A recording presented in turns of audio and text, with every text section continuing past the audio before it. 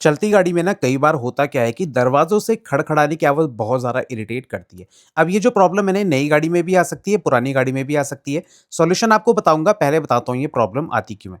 देखिए, जभी भी हम दरवाज़े को लॉक करते हैं तो जहाँ पर ये लॉक होता है ना, इस मेटल पार्ट से जब मेटल टकराता है तो वहाँ पर खड़खड़ाहट की आवाज़ बनने लग जाती है। अब नई गाड़ी में ये इसलिए नहीं होता है ना, क्योंकि यहाँ पे ल्यूब्रिकेशन दिया जाता है, जो over the period of time धीरे-धीरे खत्म हो जाता है। तो आपको ये चीज़ हमेशा ध्यान रखनी है, जहाँ पर भी मेटल से मेटल टकराएगा, वहाँ पर इस तरह से ग्रीस लगी होनी चाहिए। अगर ये ग्रीस मौजूद नहीं होगी तो होगा क्या कि ये मेटल से मेटल हल्का-हल्का टकराने लग जाएगा। यही चीज़ बूट में भी होती है, आगे जो इंजन कवर होता है उसमें भी होती है। तो वहाँ पर जो भी मेटल पार्ट है, उस पर आप ये ग्रीसिंग या लुब्रिकेशन कर दीजिए, जिसके बाद ये खड़खड़ाने की आवाज़ बिल्कुल गायब हो जाएगी और गाड़ी एकदम नई जैसी हो जाएगी।